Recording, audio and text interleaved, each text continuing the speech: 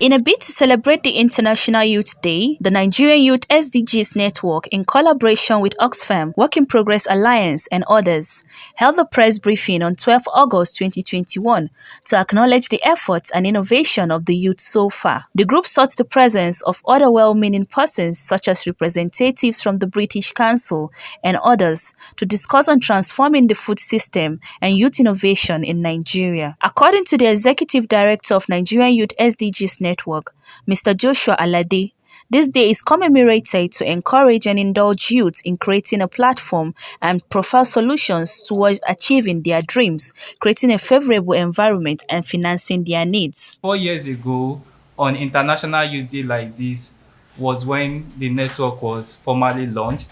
So it's been 4 years and of celebrating the resilience, the power, the innovation, and the creativity of young people. And we also believe that when young people are given the right supporting systems, they have the right policies and programs for their development, they can be able to transform their community. We've seen what young Nigerians have done, especially at the time of COVID-19, coming together, young people making hand sanitizers, setting up food banks, and a whole lot of other things, telemedicines, because we want to make sure that we can end COVID. And for this year's International Youth Day, we are focusing a lot on ending hunger and also ensuring that we can achieve food security in Nigeria. Today, we join the rest of the world in celebrating the talent, hard work, and the achievement of young people in Nigeria and also all across the world. At Oxfam in Nigeria, young people are the heart of what we do, and they constitute a key target group in our programming. There are so many young people all across that are doing very remarkable work in this space. And together with Oxfam and the Nigerian Youth SDGs Network, we're also looking to see how we can also support young people in this space, to see how we can also build their capacity, support them with the financial needs they need, financial credit they need for them to be able to better start and grow their businesses.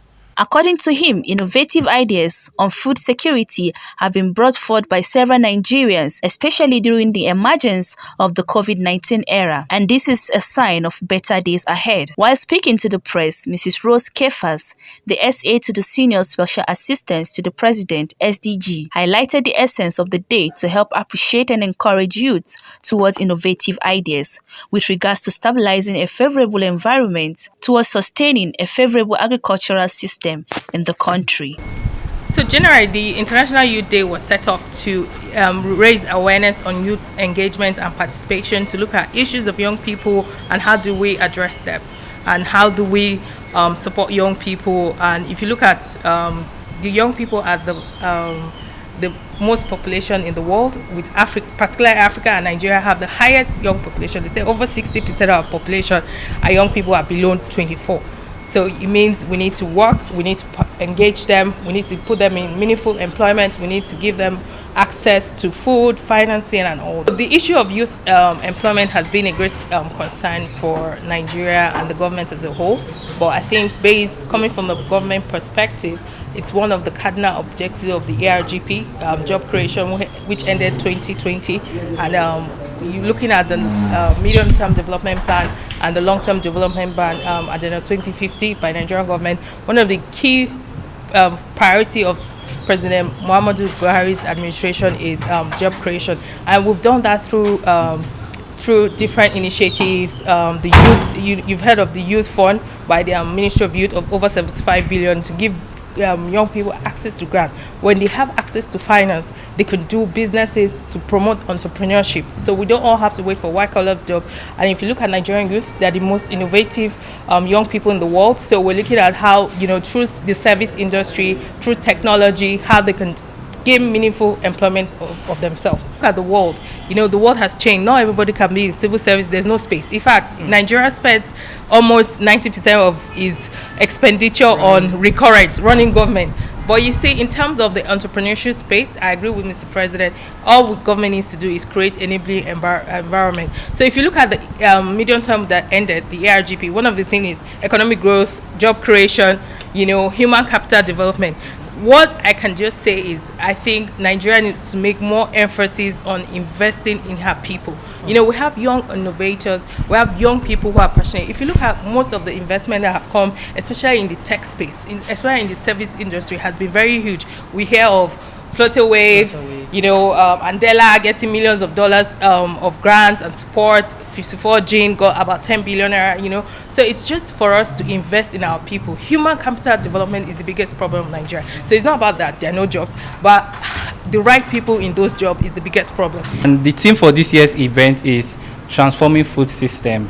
And we know something about the fact that we know that food is expensive, people are hungry, especially in Nigeria, rising food prices and all that. So what we are doing is that we are looking out for young people who have agric innovations. We did a call for young people with agric innovations, and we had about 403 young people, entrepreneurs in the agri space, who applied for the food systems challenge, and we shortlisted 24 of them as finalists. And today we are going to be knowing the top 3, and each of these young people, they are going to be getting 200,000 naira grant to support the agric innovation that they have.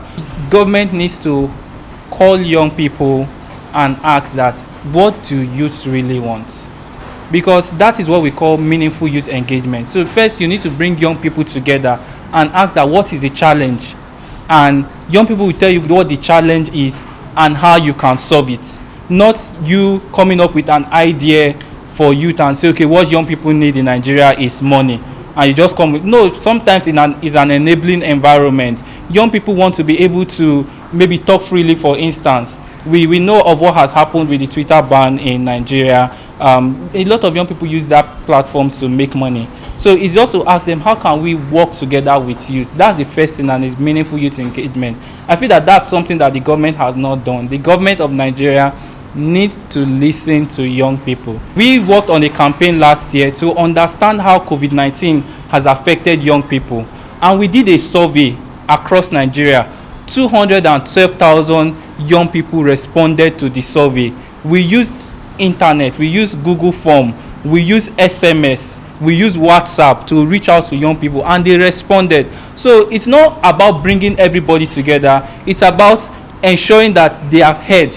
Use the online platform to hear everybody. Then you can now invite some people as you stakeholders from probably we can start with different local governments, or we can start within the states. Let them convey together, and then you can now see a submission from youth. Because we did that when we finished that survey last year. We gathered 850 civil society organizations run by young people across Nigeria, and we selected 35 in each state, with looking at local government to say, this is what young people have said, does it tally with what you think?